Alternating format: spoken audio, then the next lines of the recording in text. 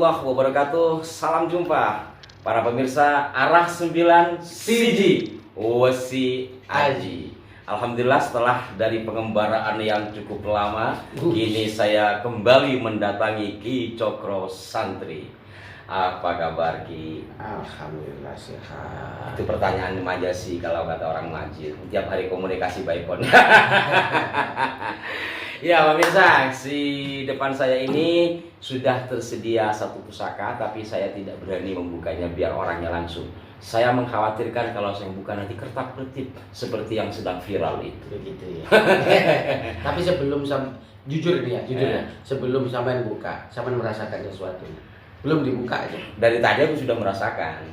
Nah, jadi memang kita berbicara pusaka itu lebih kepada persoalan eksoteri karena ini terkait dengan sejarah, artefak dan segala macamnya ya. Tapi Tapi memang tidak bisa dipungkiri, ini yang saya sampaikan, tidak bisa dipungkiri bahwa pusaka memiliki tuah. Bagaimana tidak? Betul. Karena si pembuatnya itu bertirakat, bertapa. Kan seperti itu, kayak tasbih seringkali dibacain sholawat, itu seringkali juga ada energinya. Itu bahasanya lain, itu terkait dengan dunia metafisika. Monggo, Bismillahirrahmanirrahim. Bismillahirrahmanirrahim. Ini secara apa namanya? Warangka. Ini maksudnya apa itu? Kok kayaknya beda? Maksudnya sandang walikat ya. Masih sandang walikat ya? Sandang walikat. Ya, model-model begini, model-model Maduran mungkin ya. Tapi lawas itu ya? Lawas. Wow. Lawas, kayunya memakai kayu timoko, lawasan. Kita buka ya. Ya. Bismillahirrahmanirrahim. Sering. Monggo dibuka.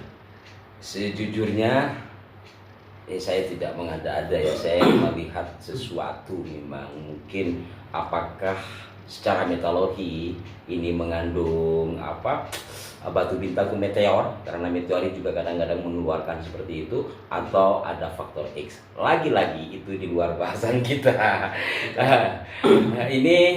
Ini saya merasa aneh karena dari sejumlah pusaka yang pernah saya lihat baru kali ini, pusakanya tidak terlalu besar tapi looknya kayaknya banyak banget ini. Betul. Looknya banyak banget ini. Betul. Ini apa namanya? Kalau dilihat dari rancang bangun, Ya. dari bawah ke atas kita akan bingung. Bingungnya apa? Lihat looknya itu melebihi Kapasitas. pakem, melebihi dosis kan gitu ya. Maka kita lupakan dulu looknya. Nah, tapi kita ke bawah. Itu ke bawah itu kita lihat kembang kacang, nah, yang melungker ini, membungkem. Jadi bungkem ya sebenarnya ya? Bungkem banget. Ini yang membuat saya juga ada sebuah pendarahan energi yoni yang seperti keluh, sehingga berat untuk mulai berucap ya. Tapi Bismillahirrahmanirrahim. Ya, ini kembali kembang kacang yang terlihat melungker atau membungkem. Lalu kalau kita raba di sini tetap ada belumbangan atau pejetan. Oh iya. Sini ini pejetan. Lupa di atasnya gandeng kecil ini ada lambe gajah. Depan. Ada jalan. Iya betul. Nah terus ini ada sogokan. Rangkap. Ini sogokan rangkap. Iya seperti di belakang ada ripandan. Kalau mengikuti dari bawahnya ini, nah ini kadang-kala nanti barangkali ada teman-teman Tosan Aji, sahabat-sahabat Tosan Aji berbeda pandangan dengan kami, nggak apa-apa. Nah, karena perbedaan itu hal biasa dalam menyikapi artefak yang memang itu diwariskan oleh leluhur kita yang kita tidak pernah tahu prosesnya dulu kan gitu ya intinya. Kita tidak hidup di zaman itu gitu ya. Tapi dari ciri wanci dari bawah ada ada sekar kacang, ada jalen, ada lambe gajah, Betul. terus ada pejetan, ada sugukan rangkap, dan Ya. ada ripandan. Di belakang itu di bawahnya Sorsoran. Serawian. Di ujungnya ini ya apa namanya konjo. Konjo. Nah dari pandan sepertinya kalau bagi saya Dari secara rancang bangun Betul. barusan ricikan yang kita sebut itu berarti pusaka ini menunjukkan merujuk ke kalau saya Bimo Kurdo. Bimo Kurdo. Ya mirip Bimo Kurdo. Oh iya, iya. Mirip Bimo Kurdo. Namun kemudian ada sedikit kejanggalan, apa ya, bukan terlihat kejanggalannya, mungkin ya ada di looknya. Looknya ini rapat sekali, kalau kita hitung bersama itu saya sudah hitung itu 41 look ya. 41 look. Sehingga dengan demikian ini sedangkan look maksimal dalam buku pakerisan itu, buku pakerisan pakem itu ada 13. Iya. Look tertinggi adalah 13. Lantas apakah tidak boleh ada karya yang lebih dari 13 looknya? Boleh. Masuknya kepada wilayah kelompok Kolowijan atau Kalawijan. Apa itu Kalawijan? Nah, Kalawijan itu ya pada dasarnya adalah istilah bagi keris yang looknya melebihi pakem. Nah, pusaka keris yang looknya melebihi dari pakem, lebih dari 13 gitu ya. Melebihi dari 13, bisa 15, bisa 31, pokoknya lebih lah ya gitu ya. Nah, ini kalau kita hitung ada 41. Nah, kembali lagi kepada nama dapur tadi, Bimo Kurdo. Itu iya. kalau bagi saya merujuk dengan rancang bangun yang ada di bawah. Namun itulah keris. Saya juga masih mengalami keraguan. Kenapa? Karena di balik rancang bangun yang saya mencoba mengikuti secara formalnya pakem melihat rancang bangun keris, ternyata ada semacam kurang tepat gitu. Istilahnya sedikit harus ada daleman yang digunakan. Nah, lantas kemarin kita meminta tolong kepada sahabat kita Raden Mas Agus Setiaji atau Raden Mas Aji, yang notabene beliau adalah pakar mewarang keris dan juga melakukan sitikoro. Sitikoro itu semacam komunikasi batin untuk menayuh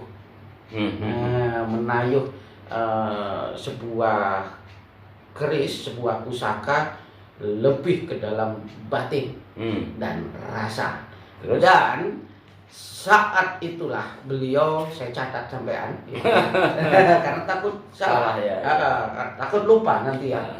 Hasil tayuhan Raden Mas Aji ini adalah Bimo Salurung.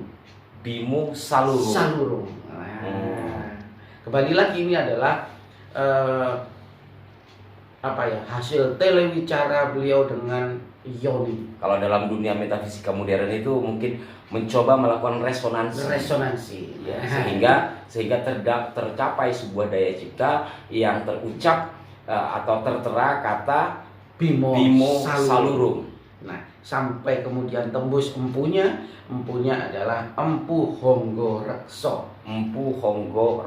Nah, dan diperkirakan estimasi tahunnya itu Mojopahit medium. Berarti pada masa itu Empu berarti sudah dikenal ya, kembali lagi ke Pak Sang Empu itu memang dikenal di masa Majapahit. Dikenal. Empu siapa namanya? Empu Honggo Rekso. Mbah Honggo Rekso.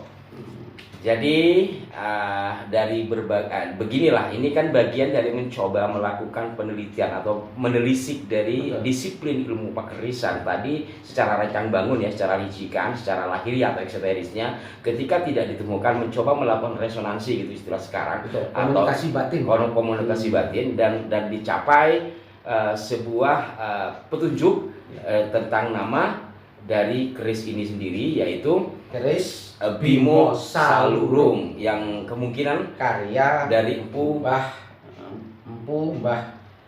Honggorekso di masa Majapahit. 41.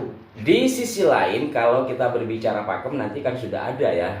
Kalau karena ini di luar pakem, apakah juga fungsi dari pusaka ini didapat ya? Iya. Iya, betul. Jadi gini, terlepas dari itu tadi, Kalawijan sendiri itu ada beberapa versi pengertian. Nah, jadi ada yang menganggap dari beberapa literasi teman-teman, ada yang menganggap Kalawijan itu Kalawija itu dari istilah dari kebiasaan yang menyimpang atau sesuatu yang mempunyai kekurangan, di balik kekurangannya ada kelebihan. Contoh begini, dulu zaman kerajaan dulu sering kali para raja tanah Jawa itu menyalurkan hak sosialnya. Itu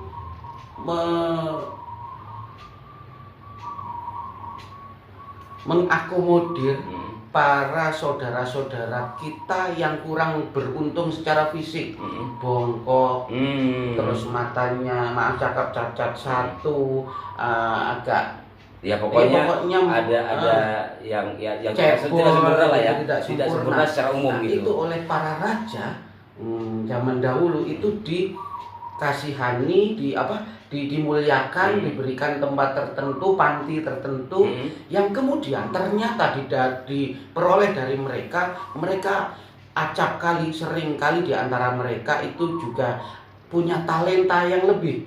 Ada kalanya saat sang raja itu gundah resah, beliau bisa menjadi para pelawak. Ada kalanya pula mereka mempunyai firasat yang tajam, sehingga orang yang mempunyai kalawija atau kekurangan itu tadi mempunyai indera keenam, bisa menjadi tabib, bisa menjadi dukunnya kerajaan, bisa menjadi pengobat gitu, seperti jadi itu. Intinya di balik kekurangan secara umum itu, betul, ada kelebihan. Begitu juga dengan pusaka yang disebut Kalawijan. Betul. Jadi walaupun di luar pakem, tapi memungkinkan ada sisi-sisi yang melebihi dengan yang berpakem, mungkin seperti itu. Betul. Konon saya mendapatkan ini kan dari orangnya tidak mau disebut ya, tapi pokoknya seorang pejabat daerah yang mewarisi dari kakeknya, bukan kakeknya, ayahandanya yang dulu adalah seorang lurah Dongkol. Lurah Dongkol itu apa ya?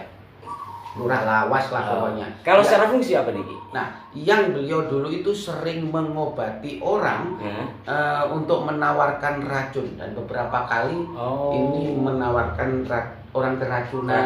Nah, itu terus alhamdulillah netral seperti itu. Kalau dari sisi rancang bangun secara eksoteri dan isoteri ya. Kalau dari sisi pamor apa namanya nih? Maksudnya pamornya? Kalau dari atas sih saya lihat seperti lawe saukel ya. Lawe saukel. Lawe saukel. Tapi dari bawah ada kayak wengkonnya. Wengkon. Apa wengkon itu? Wengkon itu ya seperti menepis daya energi negatif. Pada posisi mana yang wengkon? Nah, ini. Sama sebaliknya sama ya. Tepi ini tembus kan? Oh ini ya. Iya, ini wengkon para pemirsa. Nah, sementara ke atasnya ini masuk apa namanya tadi? Lawe saukel. Atau ya nggak tahu, nanti kalau mungkin ada sahabat-sahabat Tosan Aji lainnya yang mengerti, Tosan Aji mempunyai cara pandang berbeda. Karena sekali lagi perbedaan itu adalah keindahan. Secara filosofi maknanya apa itu? Lawe saukel itu juga tidak ada makna, tetapi lebih pada lawe itu kan tali putih, benang putih itu.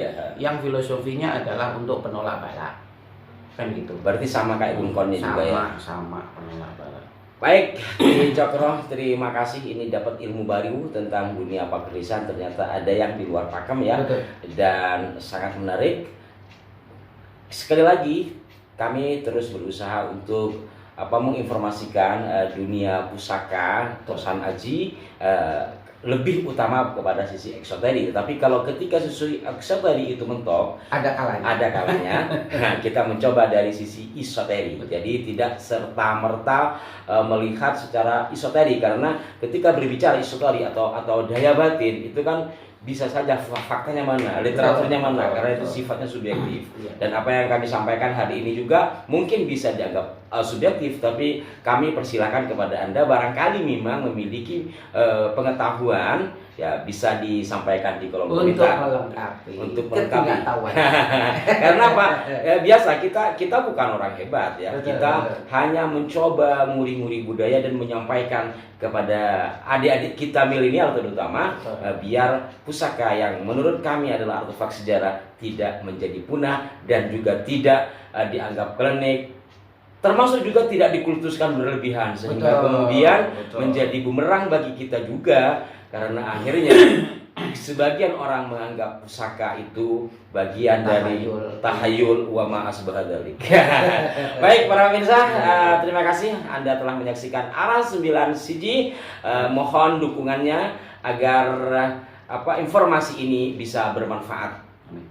Terima kasih sekali lagi Ki Cokro. Sampai jumpa, mudah-mudahan bermanfaat. Assalamualaikum warahmatullahi wabarakatuh.